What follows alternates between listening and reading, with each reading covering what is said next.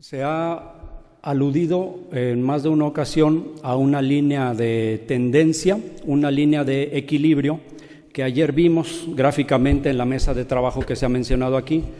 Por esa razón les pido que si fuera posible mostrarla en la pantalla para que la gente tuviera idea clara de lo que estamos hablando cuando hablamos de esa gráfica, de esa línea de equilibrio, de tendencia. ¿Es posible ponerla en las pantallas? Sí, no hay ningún problema. Si quieres, por favor, seguimos discutiendo mientras que la pueden poner, no hay ningún problema. Mi participación tiene que ver mucho con esa línea y básicamente no con la línea en sí, sino con lo que esto representa. Están hablando aquí de la posible o del deseo que disminuya el sueldo de algunas de las figuras o que sea congelado, de que los sueldos en general se acerquen más o menos a esta línea de tendencia o línea de equilibrio, como le llaman, porque así lo determina la razón administrativa. Así está establecido y pareciera que todo está muy bien si los salarios se acercan a esa línea de tendencia o de equilibrio, pero eso es un problema en sí. ¿Por qué? Porque esa línea de tendencia o de equilibrio a la que se supone que idealmente tendrían que acercarse los sueldos, los salarios, es una línea desigual que fomenta, incrementa la desigualdad salarial, porque es una línea que tiene una inclinación de casi 45 grados, tiene casi vertical. ¿Qué significa? Que los que están arriba ganan obviamente más que los que están en la cola, en el fondo, en la lona. Y a lo largo de esa línea se agrupan los salarios de las diferentes categorías aquí en el instituto. Entonces, el hecho de que se apeguen más o menos los salarios a esa línea de tendencia, yo no le llamaría de equilibrio porque es todo lo contrario. El hecho de que se apegaran más o menos a esa línea de tendencia, como le llaman, no significa que haya más o menos justicia salarial, todo lo contrario. Por eso les pido que si es posible mostrarla, la muestren. Yo pienso que por claridad y por respeto a la gente, a los medios, a la gente que nos ve quizás por internet o que nos verá más tarde, porque es importante. No solamente es una línea no de equilibrio, sino de desequilibrio, jerárquica, ¿sí? Por muchas razones que nos explicaron ayer en términos de la preparación académica que se requiere para ello, del grado de compromiso, de si manejan o no sueldos. Independientemente de eso, la línea en sí no es una línea de equilibrio, es una línea de desequilibrio. ¿Sí la pueden poner, por favor? Bueno, mientras la ponen, quiero mencionar además que en esa línea, que no es de equilibrio, sino de desequilibrio, los salarios están agrupados, no homogéneamente, sino agrupados por lo menos en tres racimos con un amplio espacio de margen entre ellos. Eso significa jerarquías bien marcadas, que no tienen tanto que ver con que unas personas sean más responsables que otras, sino que tienen diferentes funciones. En ese sentido, es totalmente incongruente con la idea de democracia y la democracia participativa que el instituto está obligado a impulsar en la sociedad, y lo que están defendiendo aquí en términos salariales es absolutamente contradictorio. Ahí está la línea que nos mostraban ayer. Entonces, no es una línea de equilibrio como puede apreciarse gráficamente, es una línea de desequilibrio, jerárquica desde luego, en donde podemos apreciar por lo menos tres grupos, tres racimos: uno que está en el sótano, en la lona, otro más cerca de la mitad a lo largo de esta línea, y un gran grupo más o menos disperso, pero que ocupa definitivamente una posición de clarísima jerarquía.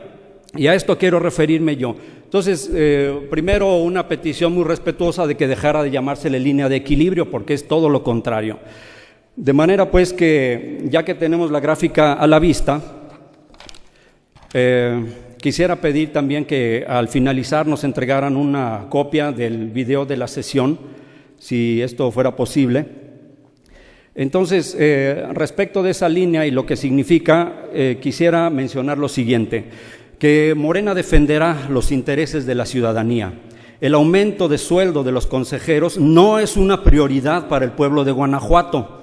Sí sería una prioridad y una necesidad, hasta por cuestiones de solidaridad, el incremento a las trabajadoras y trabajadores de base. Eso sí, definitivamente, tienen mucho trecho que recorrer para un salario justo, digno, como debe ser.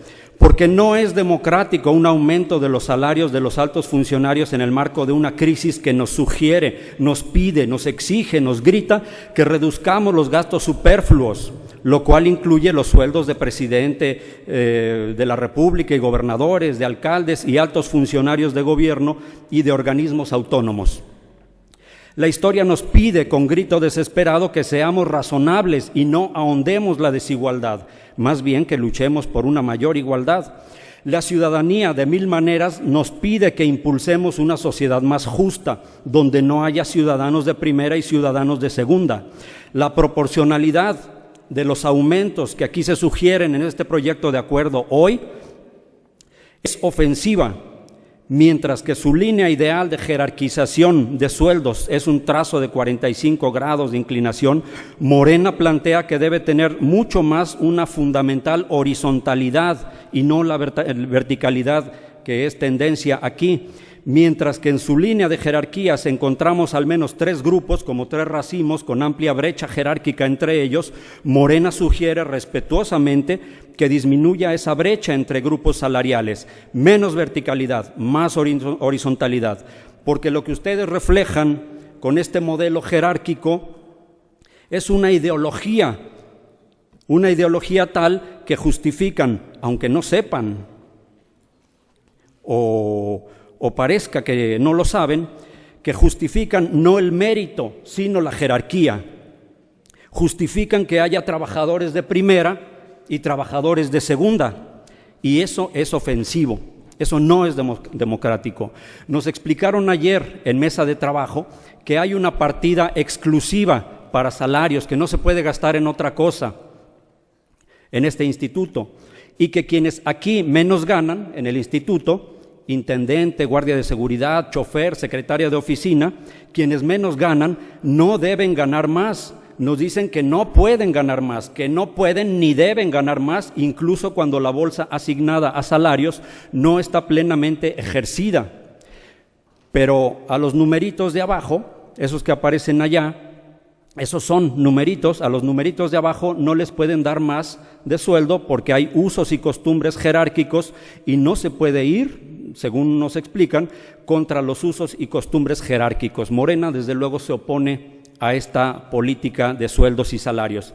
El IEG, el Instituto Electoral del Estado de Guanajuato, no predica con el ejemplo. En teoría quiere fomentar la participación ciudadana de Guanajuato en la vida democrática. Pero ¿es acaso democrática esta manera de despacharse con la cuchara grande? Desde inicios de su gestión tuvimos que escuchar sesudas explicaciones acerca de que la nueva ley electoral implica más trabajo para los consejeros y por eso deben ganar más dinero. La presión social y de la prensa también frenó ese intento. Luego vino el tema de los autos adquiridos bajo el argumento de que la partida ya estaba asignada y no debía desperdiciarse, los asistentes. Y hoy otra vez, dando señales contrarias, diametralmente opuestas a la democracia que predica como candil de la calle, está planteando un ahondamiento de esta brecha salarial entre unos y otros. Nos dicen que con su aumento y el no aumento de los de abajo, o el insignificante aumento de los de abajo, lloverán quizás las críticas, pero será un chubasco, será un remojón, un rato, un pequeño trago amargo que se endulzará luego con las mieles del aumento, con las mieles del privilegio. El trago amargo de hoy y unos días más en que haya algo de alboroto en los medios, en la prensa, en redes sociales, es pasajero. Finalmente nos vamos a aumentar el sueldo, ¿sí? Eso es un problema y yo pienso que no habrá una persona razonable en la sociedad civil que apoye esta manera de despacharse con la cuchara grande. Entonces no podemos, el Instituto Electoral no puede ser candil de la calle y oscuridad de su casa. Tal vez sea así. Tal vez esto sea un pequeñísimo micro escándalo, pero como decía, las mieles, el disfrute posterior valen la pena, hacen que valga la pena. Tal vez será así. Quizás sea desde esa óptica que no es la nuestra, no puede ser la de la izquierda, soportable un mal rato a cambio del encumbramiento propio en tiempos de tristeza generalizada. Posiblemente esa estrategia de apostar a la opacidad y a la desmemoria sea la indicada. Es una estrategia que a su vez es consecuencia de una ideología. Esto que vemos aquí es reflejo de una ideología. Esto no está libre de ideologías. Es consecuencia de una ideología antidemocrática, que se oiga bien. Aunque se pretenda hacer creer a la gente que eso nada tiene que ver con ideologías, pero ¿cómo no va a ser? ¿Cómo no va a reflejarse una ideología detrás de la defensa y gestión de salarios altos y cada vez más altos, cuando el pueblo tiene hambre y sed, además de sed de justicia, tiene indignación por la voracidad de los altos funcionarios de la derecha más radical? ¿Cómo no va a ser una cuestión ideológica que se diga, aunque se diga muy solemnemente, que se diga desde una posición de poder, que no está bien que los pobres ganen un poco más? Eso no está permitido. Esa línea inclinada casi verticalmente expresa un problema no solo técnico, como se quiere hacer que parezca. Es un problema, decíamos, ideológico. Hay 1000 maneras de justificar los privilegios. Por ejemplo, con los argumentos que ya mencioné de escolaridad y otros.